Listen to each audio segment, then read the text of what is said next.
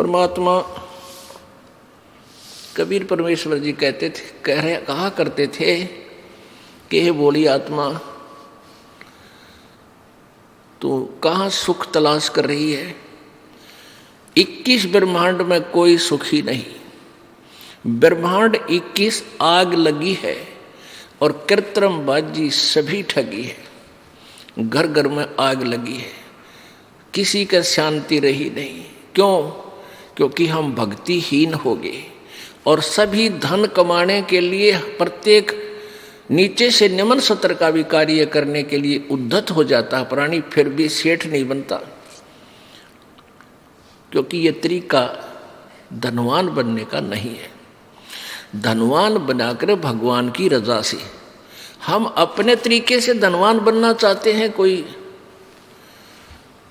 मिलावट करके, कोई रिश्वत लेके, कोई चोरी करके, कोई डाके मार के, कभी भी जीव उभर नहीं सकता, दूना ब्रेक डाउन होगा।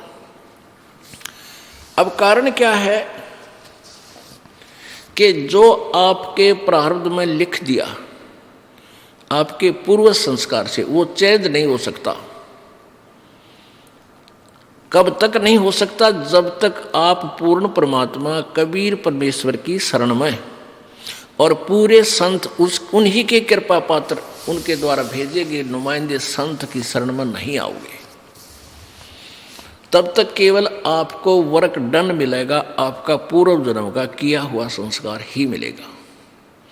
आपके भाग्य में दुख है तो दुख ही होगा, और सुख है तो आपको धन है तो कोई सुख किसको मानते हो? कोई संतान होगी, एक अधिकार कोठी होगी, बस इसको सुख मान लेते हो। और ये सुख है कितने दिन का?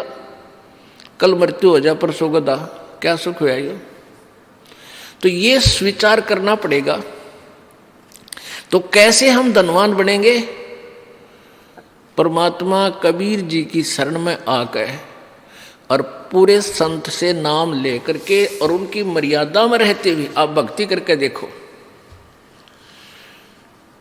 और फिर देखना वो परमात्मा आपको अपने कोटे से भी धन देगा। फिर आपको ऐसा विधि बताई जाएगी जिससे आपको ऑटोमेटिकली आपके पाप कर्म तो खत्म हो जाएंगे, संकट आने वाले के जो कर्म थे वो नष्ट हो जाएंगे और उनके स्थान पर पुण्य वृद्धि हो जाएगी। तो आपको परमात्मा धनी बनाओगा। आप बीमार होगे और उसमें 20,000 रुपये लग गए और आपने 2 नंबर से कमाए 5,000, 15,000 घाटे में गए और पाप न्यारे, वो पैसे भी गए और पाप न्यू के न्यू रह गए, जिस कारण से आपने 2 नंबर तक धन कमाया था। एक व्यक्ति का इकलौता पुत्र था, वो बीमार हो गया। पहले छोटे डॉक्टरों से दिखाया जाता है, फिर इधर झाड़े जूड़े वालों के पास, फिर संतों के पास, फिर झाड़ा लगवानियों के पास, कि ताबीज बंधवानियों के पास खूब ठगया। फिर डॉक्टरों ने आखिर में यहाँ लोकल डॉक्टरों ने कह दिया कि मेडिकल में चेक कराओ। वहाँ चेक कराया उसने, उन्होंने बता दिया कि इसके दोनों किडनी खराब हो गए और पीजीआई दिल्ली भेज दिया, ऑल इंडिया दिल्ली भेज दिया। वहाँ किसी रिश्तेदार से गुर्दा गर्दा लिया, पैसे पूसे लगे, यानी 3.5 लाख रुपए में वो किडनी चेंज होगी। लड़का स्वस्थ हो गया, खुशी मनाई, कोई बात नहीं। वो व्यक्ति ये दास को बता रहा था कि जो आप कथा कर सत्संग करते हो ये मेरे ऊपर पूरी लागू हुई। उसने क्या बताया कि मैं बहुत निकम्मा आदमी था, मैं बहुत जुल्म किया करता था, अब मुझे दिखाई दिए हैं आपके सत्संग के बाद, आंखें खुल गई, मैंने कितने पाप करे थे। अब क्या हुआ कि उसने 6 महीने के बाद वो लड़का बस एक्सीडेंट में, दुर्घटना में मारा गया। इकलौता पुत्र हो गया नाश, जिसके लिए वो धन कमावा था, मेरा बेटा सुखी रहेगा, कोठी बना दूंगा, उसके लिए कार लूंगा, वो बेटा ना रहा। और जिस विधि से उसने धन कमाना चाहा था वह पाप न्यू के न्यू रह गए।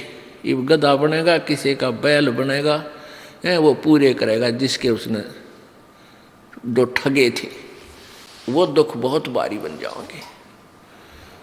उसने बताया था कि मेरा जो धंधा था कैसेटों का था। प्रारंभ में शुरू में ये कैसेट 40 थी, जो 32 रुपये की कैसेट मिला करती, ये 10 भी लिया करता। आज से 20 वर्ष पहले 32 रुपये की, और ऊपर मार्का होता सोनी का और माल होता उसमें डुप्लीकेट, वो रिफल। कहता वो काम कराया करता मैं। मुझे वो कैसेट इंक्लूडिंग उसके कवर और रिफल के थोक के बाद ले आता 2 रुपये में पड़ा करती है, और मैं 32 रुपये लिया करता। 30 रुपये, 32 रुपये, 35 रुपये, जिसा जैसा दाव लग गया। और कुछ ही दिनों में मेरे पास खूब पैसा हो गया। अब मैंने एस्टीमेट लगाया कि 2.5 लाख रुपये कमाए थे मैंने 5 साल में, और 1 महीने के अंदर 3.5 महीने, 1.5 महीने के अंदर 3.5 लाख रुपये मेरे बर्बाद हो गए, कर्जा और हो गया। और इस दास ने बताया कि ये पाप तेरे ऊपर न्यू के न्यू रह गए, ये भोगने बेटा बाकी है, पैसा रहा नहीं।